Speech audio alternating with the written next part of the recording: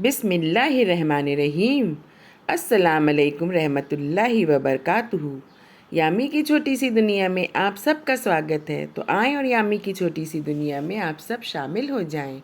रब्बिश रहली सदरी व यस्सिर ली अमरी वहलुल उक़दतम मिन लिसानी यफ़क़हू क़ौली। आज हम वज़ू की अहमियत व फ़जीलत को जानेंगे। रसूल अल्लाह सल्लल्लाहु अलैहि वसल्लम ने फरमाया, अत-तहूरु शत्रुल ईमान, पाकीज़गी ईमान का हिस्सा है। इसे मुस्लिम ने रिवायत किया है।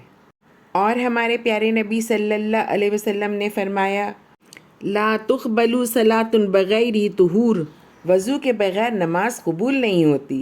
इसे भी मुस्लिम ने रिवायत किया है। तो इस हदीस से पता चलता है कि वज़ू नमाज के लिए कितना ज़रूरी है। बग़ैर वज़ू के तो नमाज कबूल ही नहीं होगी।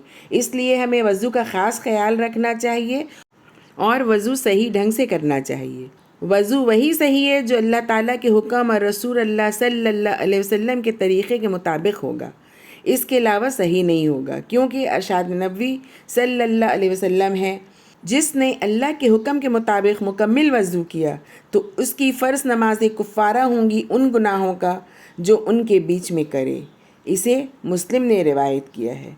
और हमारे प्यारे नबी सल्लल्लाहु अलैहि वसल्लम ने फरमाया, जिसने मेरे तरीक़े पर वज़ू किया फिर 2 रकात पढ़ी इस तरह कि इनमें अपने नफ्स से कोई बात ना की तो इसके साबक़ा गुनाह माफ़ कर दिए जाते हैं। तो हमें वज़ू में इस बात का ध्यान रखना चाहिए कि हम वज़ू सही कर रहे हैं या नहीं, हमारा वज़ू हमारे प्यारे नबी सल्लल्लाहु अलैहि वसल्लम के तरीक़े पर है या नहीं। वज़ू करने से गुनाह धुल जाते हैं। हमारे प्यारे नबी सल्लल्लाहु अलैहि वसल्लम ने फरमाया, जो शख्स अच्छी तरीक़े से वज़ू करे इसके जिस्म से गुनाह निकल जाते हैं। इसे भी मुस्लिम ने रिवायत किया है।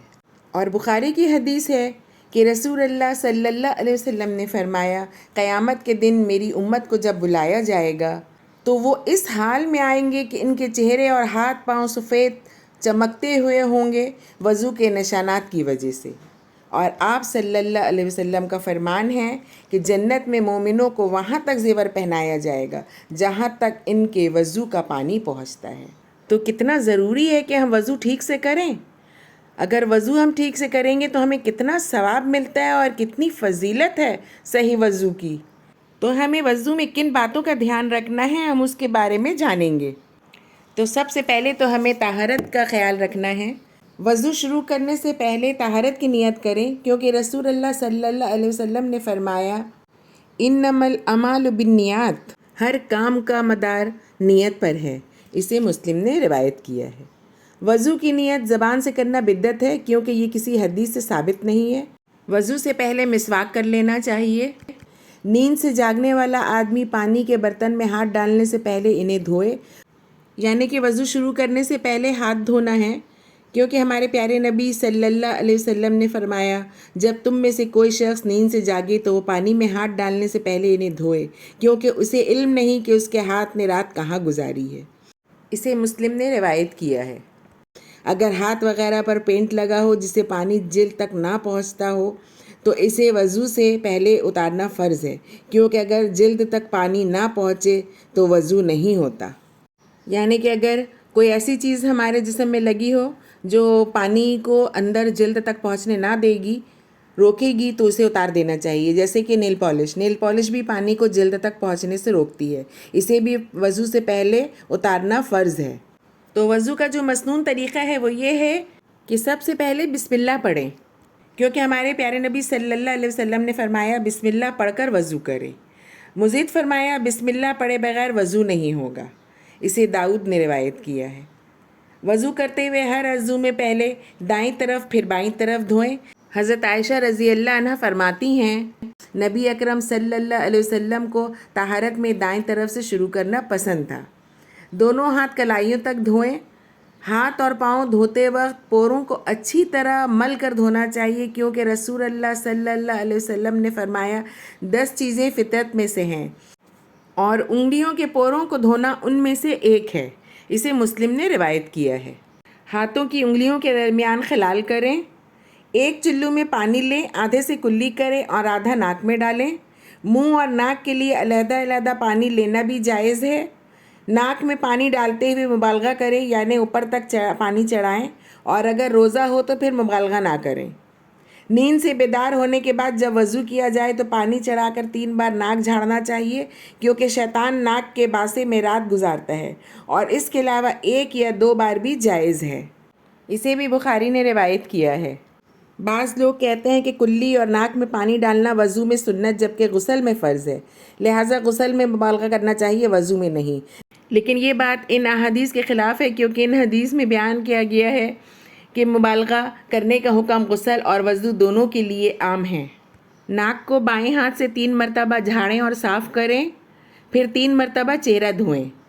इसे बुखारी और मुस्लिम ने रिवायत किया है। 1 चुल्लू पानी लेकर थोड़ी के नीचे दाढ़ी में दाखिल करें और खिलाल करें। इसे अबू दाऊद ने रिवायत किया है।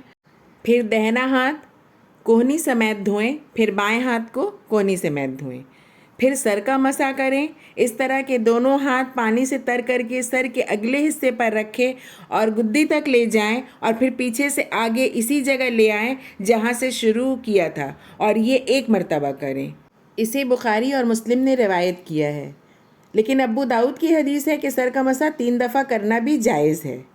तो इन हदीस से पता चलता है कि सर का मसा 1 बार करना है, बाकी अज़ू को 3 मरतबा धोना है। ज़्यादा से ज़्यादा 3 मरतबा और कम से कम 1 मरतबा। तो हमें हर अज़ू को 3 मरतबा धोना है। फिर अपनी शहादत की उंगलियां दोनों कानों के सुराखों में डालकर कानों में बने हुए रास्तों में घुमाएं। जब आखिर तक पहुंच जाएं तो कानों की पुष्ट पर अंगूठों के साथ मसा करें। सर के मसे के लिए गए पानी से कानों का मसा करना दुरुस्त है, क्योंकि फरमाने रसूल सल्लल्लाहु अलैहि वसल्लम है, कान सर का हिस्सा हैं। ताहम कानों के मसा करने के लिए नया पानी लेना भी रसूलुल्लाह सल्लल्लाहु अलैहि वसल्लम से साबित है। अब्दुल्ला बिन ज़ैद रज़ी अल्लाह अन्हु बयान करते हैं कि उन्होंने नबी अकरम सल्लल्लाहु अलैहि वसल्लम को देखा कि आप जो पानी सर के मसा के लिए लेते थे, कानों के मसा के लिए इससे अलग लेते थे।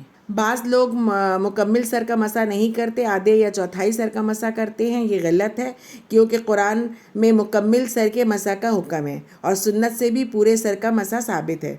वज़ू में गर्दन का मसा करना जायज़ नहीं, क्योंकि इसके मुतल्लिक़ रिवायात मौजू हैं। पाँव टखनों समेत धोएं। बाएं हाथ की छोटी उंगली से पाँव की उंगलियों के दरमियान खिलाल करें। पाँव को अच्छी तरह 3 मरतबा धोएं, पहले दाहिना और फिर बायां। अच्छी तरह वज़ू करने के बाद दुआ पढ़ें। मुस्लिम की हदीस है कि जो शख्स अच्छा वज़ू करे और फिर ये दुआ पढ़े तो इसके लिए जन्नत के 8 दरवाज़े खोल दिए जाते हैं, जिससे चाहे दाखिल हो। अशहदु अल्ला इलाहा इल्लल्लाह वहदहु ला शरीका लहू व अशहदु अन्ना मुहम्मदन अब्दुहु व रसूलहु। मैं गवाही देता हूँ कि अल्लाह के सिवा कोई माबूद बरहक नहीं, वो अकेला है, इसका कोई शरीक नहीं, और मैं गवाही देता हूँ कि मोहम्मद सल्लल्लाहु अलैहि वसल्लम अल्लाह के बंदे और उसके रसूल हैं। वज़ू के बाद ये दुआ पढ़ना भी साबित है, सुबहानक अल्लाहुम्मा व बिहम्दिका अशहदु अल्ला इलाहा इल्ला अंता अस्तगफिरुका व अतूबु इलैका। ए अल्लाह, तू अपनी तारीफ़ के साथ पाक है, मैं गवाही देता हूँ कि तेरे सिवा कोई सच्चा माबूद नहीं, मैं तुझसे बख्शिश मांगता हूँ और तेरी तरफ तौबा करता हूँ। बाज़ लोग वज़ू के बाद सूरह अल-क़दर की तिलावत करते हैं। इस रिवायत की कोई असल नहीं। वज़ू के बाद आसमान की तरफ उंगली उठाना किसी भी हदीस से साबित नहीं है। अबू दाऊद की एक रवायत में नज़र आसमान की तरफ उठाने का जिक्र है, लेकिन वो भी ज़ईफ़ है। बाज़ लोग वज़ू के दौरान में हर अज़ू धोते हुए दुआ पढ़ते हैं, ये बिद्दत है। इमाम नूदी रहमतुल्लाह अलैह फरमाते हैं कि हर अज़ू के लिए मखसूस अस्कार के बारे में रसूलुल्लाह सल्लल्लाहु अलैहि वसल्लम से कुछ साबित नहीं है। वज़ू के दौरान में दुआएं पढ़ना भी किसी सही हदीस से साबित नहीं है।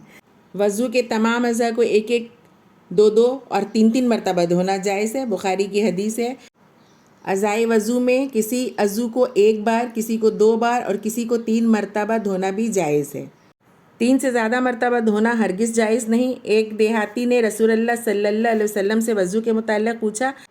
आप सल्लल्लाहु अलैहि वसल्लम ने इसे वज़ू करके दिखाया। उसमें है कि आप सल्लल्लाहु अलैहि वसल्लम ने 3-3 मरतबा हर अज़ू को धोया। फिर फरमाया, ये वज़ू का सही तरीक़ा है, बस जिसने इससे ज़्यादा किया इसने बहुत बुरा किया, हद से तजावज़ किया और जुल्म किया।